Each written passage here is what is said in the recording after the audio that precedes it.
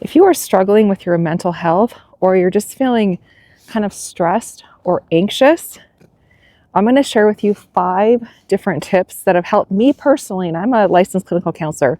I've helped people all across the world improve their emotional health as well as their physical health. So I'm going to share the top 5 things that have helped me better my own mental health. So I hope this is helpful for you. And by the way, I'm going to just show you how gorgeous this hike is. I'm on a hike just outside of Denver. You can see the gorgeous mountains in the background. Isn't that pretty? It's winter, but it's not too cold. You can see there's not a lot of snow here. So I'm getting some fresh air as I'm walking and talking to you guys. All right, so the first thing is begin to strength train. Now, before you click off, please hold tight. So there's so many benefits to strength training. Definitely the mental emotional benefits. One of them is it increases your serotonin and your dopamine, like basically the feel-good chemicals, those neurotransmitters that just make you feel really good. Strength training will definitely do that. It's also going to increase your confidence. At least that's what I found, because when you get stronger and stronger and stronger and stronger, you feel more independent, you feel more confident. You feel kind of like a badass, to be honest. And I think the key is to be consistent and to start off where you're at. Another thing that's really helped me is to either get a strength coach or a personal trainer, or there's a ton of apps online too that can help you set a routine for yourself. But I know one of the things that a lot of women tell me is that they tend to procrastinate going to the gym because they feel intimidated. And it's usually because they feel intimidated by not knowing like what settings they need for the different machines and things like that, or they don't know their proper form and technique.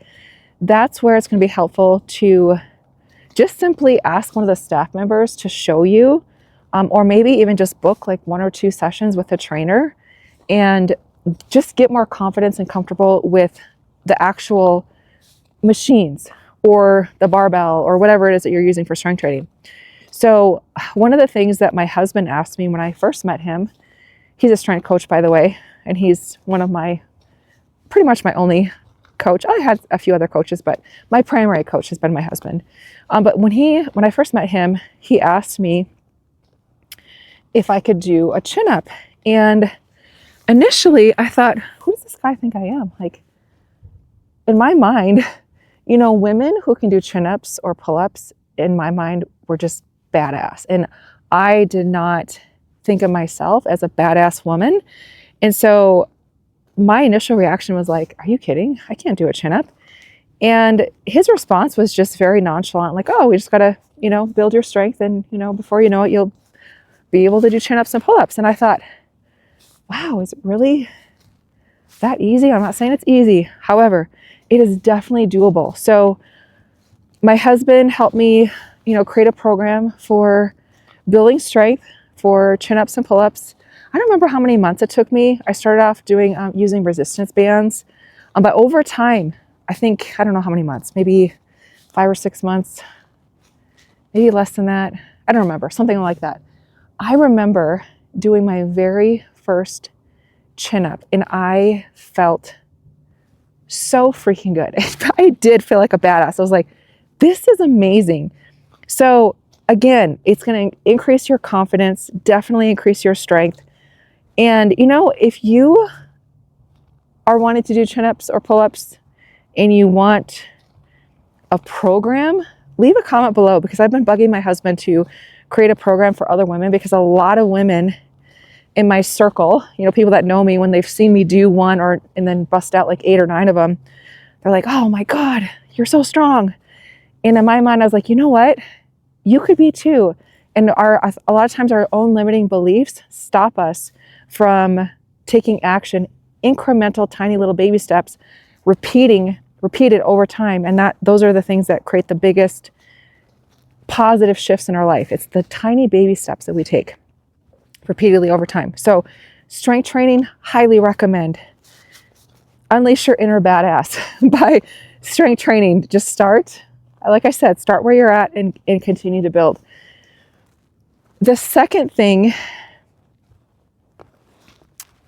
what is the second thing? I have some notes. I have 5 things written down. Number 2 is say no more often. What do I mean by that? A lot of women that I work with have a difficult time with boundaries, and more specifically saying no. They tend to be the nurturers. They tend to be the ones that are the caretakers, and they rarely say no. They almost always say yes. And then they end up feeling burnt out, overwhelmed, super stressed, adrenal fatigue, everything that comes with saying yes, yes, yes, yes, yes all the time, never saying no. You have to start learning how to say no. You have to start exercising that muscle. So just like I was talking about strength training, when you first start strength training, you're going to be sore and it's not going to feel comfortable. The same is true when you start exercising the muscle of saying no, when setting healthy boundaries.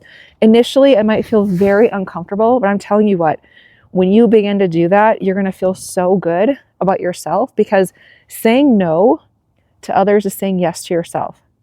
When you say no, that frees up time, energy for you to refill, recharge your own batteries. You need that. You're not helping anybody by constantly wearing yourself out and being fatigued and tired and overwhelmed, overstressed, anxious, all of that. Can't sleep, high cortisol, middle-aged, all those things. It's not fun. So learn to say no. The third thing is increase your thought pattern, change your neural pathways, change your thought patterns. How do you change your thought patterns and your neural pathways? Well, one of them, so look at this trail behind me. See how it's clearly marked? It's clearly defined. You can see the indentation, right? You can see the indentation in the earth. That is a pathway. It's very clear where I need to walk. Now, if I start walking off trail, it's going to take a while for me to repeatedly walk off trail the same way over and over again to make my own trail, to make my own groove in the earth. Now, when we have different pathways in our brain, our thought patterns, basically, they like the familiar. They don't like the unfamiliar. So they take the same pathway over and over and over again, even if it's faulty, even if it's not a pathway that you want to take, or it's not a thought that you want to think, it's not the feeling that you want to feel. So how do you change that? Now, a lot of times people say, well, just change your thought. Think happy thoughts. Well, it's easier said than done. I mean, it's definitely good to think on positive things, right? But the thing that has the most ammunition with changing your neural pathways is your emotions.